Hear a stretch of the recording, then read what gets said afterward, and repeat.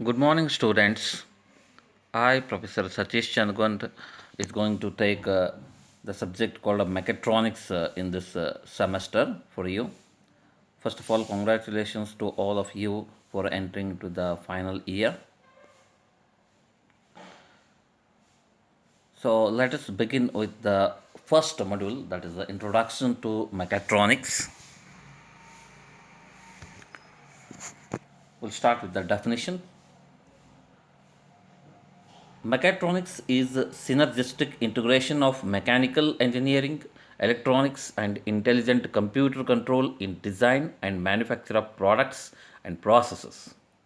So, in this definition, we can see that it is integration of mechanical and electronic and computer for the control in design and manufacturing of a product. So, usually in mechanical engineering, we are going to manufacture the products only by mechanical means. Similarly, electronics only by electronic means. But somewhere in the operation process, we need the integration of these both like mechanical engineering, sometimes computer also, and nowadays we require all the three so that the products manufactured are operated in an efficient way. So, coming to the definition, it is the integration of mechanical, electronic, and computer. So, this is the pure definition of mechatronics. So, working definition means practically, uh, according to the theoretical definition, what it is practically happens in mechatronics. So, according to the working definition, it is the synergistic integration of sensors, actuators, signal conditioning, power electronics, decision and control algorithms, and computer hardware and software to manage complexity, uncertainty, and communication in engineered system. So, in practical definition, we can see that mechanical engineering, where what the products are basically mechanical in thing, then like actuators, see sensors, again it is a concept from the electronics, signal conditioning, it is a concept of electronics, power electronics, so again it is concept of electronics, decision and control algorithms. When we come to the algorithms, we can say we have entered into the computer era. So, working definition includes what actually mechanical things are involved, electronics things are involved, and computer things are involved, like computer hardware and software. So, why we are integrating all these three things? Because to manage the complexity or uncertainty and to communicate between these systems, we are integrating all these three disciplines, that is mechanical, electronics, and computer. So ultimately, by the definition, we will come to know that mechatronics is integration of mechanical, electronics, and computer. Let us continue with the mechatronics systems. How the word mechatronics originally evolved. The word mechatronics was originated from Japan, that's Yasakawa Electric Company, in the late 1960s. Then it spread through Europe and is now commonly used around the globe.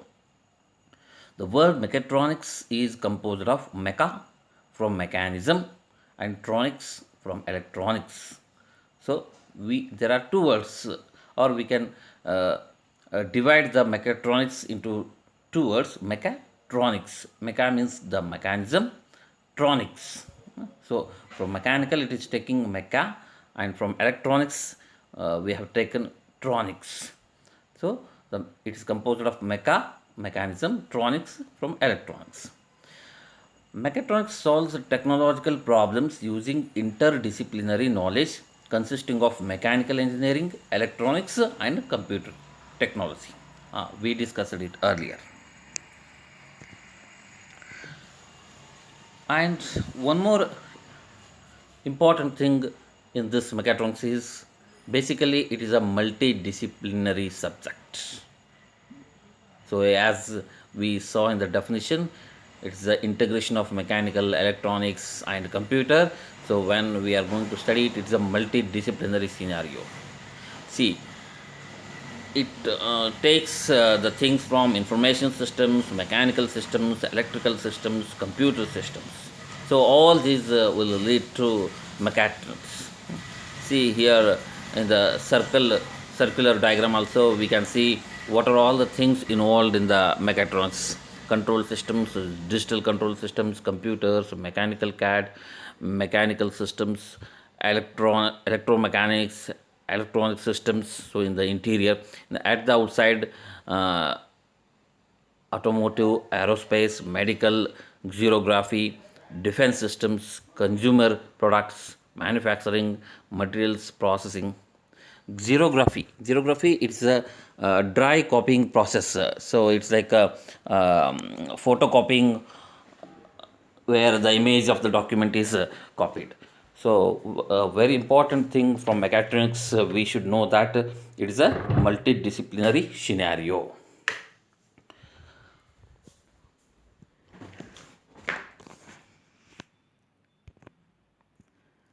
Then evolution of mechatronics. So how it got so much scope in these days, how it evolved. Let us see.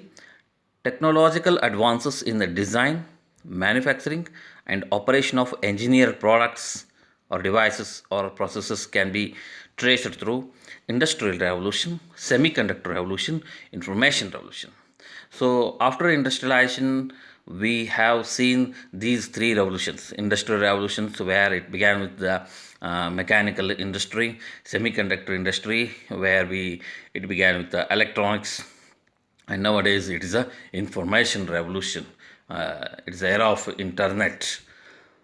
So evolution of mechatronics is can be traced through all these three revolutions: industrial, semiconductor, and information. What's industrial revolution? What happened in the industrial revolution? It allowed a design of products and processes for energy conversion and transmission, thus allowing the use of energy to do useful work. So what happened in industrial revolution is we converted the energy to do useful work.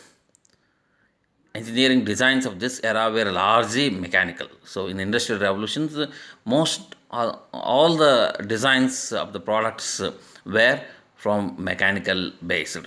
For example, operations of motion transmissions, sensing, actuation, and computation were performed using mechanical components such as cams, gears, levers, and linkages.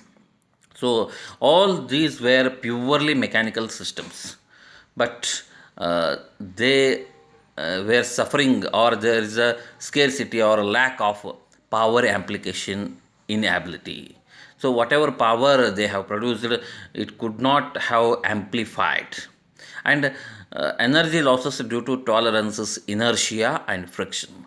So ultimately in industrial revolution we were producing power or energy and we were converting it into work, but somewhere we were lacking to amplify or to magnify it, and we have losses of energy in the form of tolerance, inertia, and friction, which are not necessary or unwanted for the smooth operation process.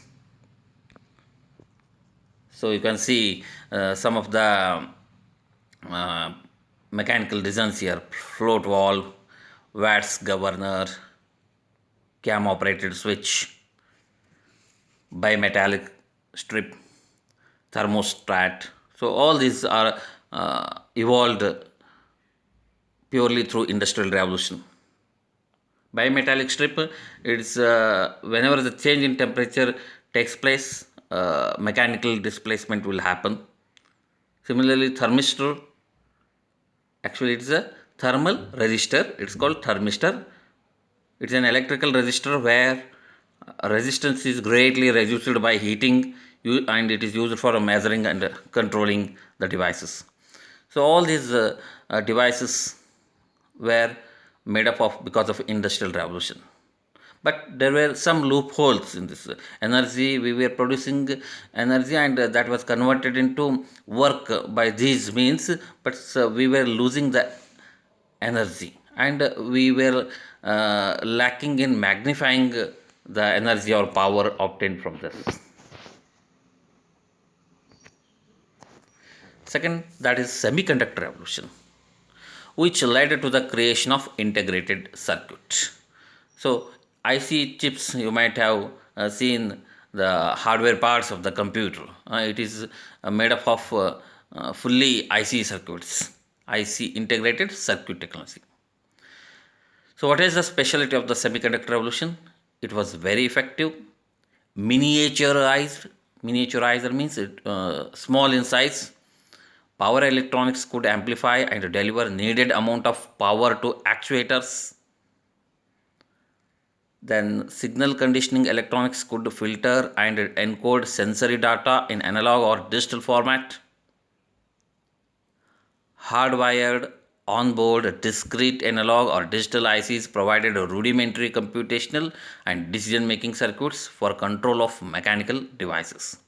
So in semiconductor revolution, what happened was we started using IC, that is integrated circuit technology, and it was small in size, and signal conditioning electronics were filtering and encoding of sensory data in the analog or digital format, and all the things were in the wired form.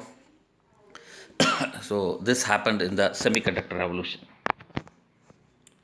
We can see the examples or devices which are miniaturized, that is small in size, in semiconductor revolution.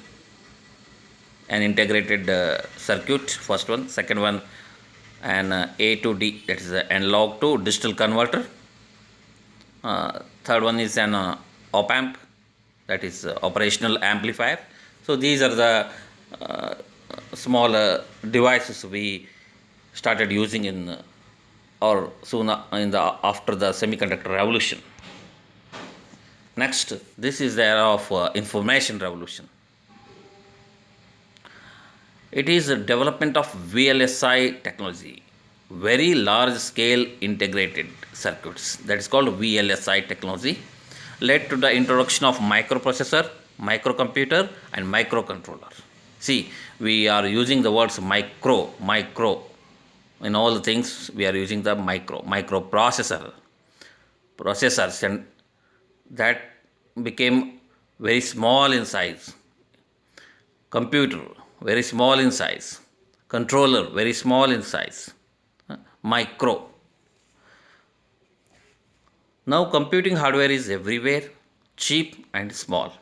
As computing hardware can be effortlessly interfaced with real world electromechanical systems, it is now routinely embedded in engineered products or processes for decision making. So earlier, for decision making, human interface was a lot.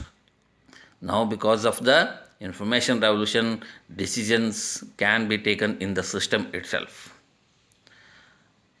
Microcontrollers are replacing precision mechanical components. For example, precision machined camshaft that in many applications functions as a timing device. Programmability of microcontrollers is providing a versatile and flexible alternative to the hardwired analog or digital computational hardware. So, programming or programmability in the microcontroller is very flexible, and we can use it as a alternative for wiring system. So all the wiring system is gone now. We are using only VLSI, that is a very large scale integrated chips in a small device. So earlier, to make a small device in semiconductor, or before that, we used to a lot of wires.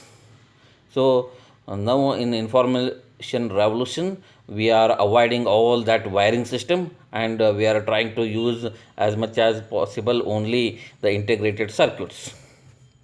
Integrated computer electrical mechanical devices are now capable of converting, transmitting and processing both physical energy and virtual energy. So what is the result ultimately because of this information revolution? So it is highly efficient products and processes are now being developed. Judicious selection and integration of sensors, actuators, signal conditioning, power electronics, decision and control algorithms, and computer hardware and software. So all these products we are using because of information revolution, and that too are very high efficient products. And there is a judicious selection of sensors, actuators, and signal conditioning, power electronics, decision and control algorithms. Some typical examples are the pictures of microcontrollers.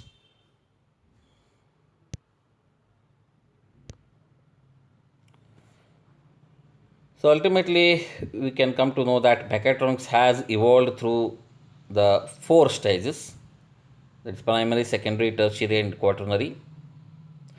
Primary level mechatronics, where it integrated electrical signaling with mechanical action at the basic control level, for example, fluid valves and relay switches.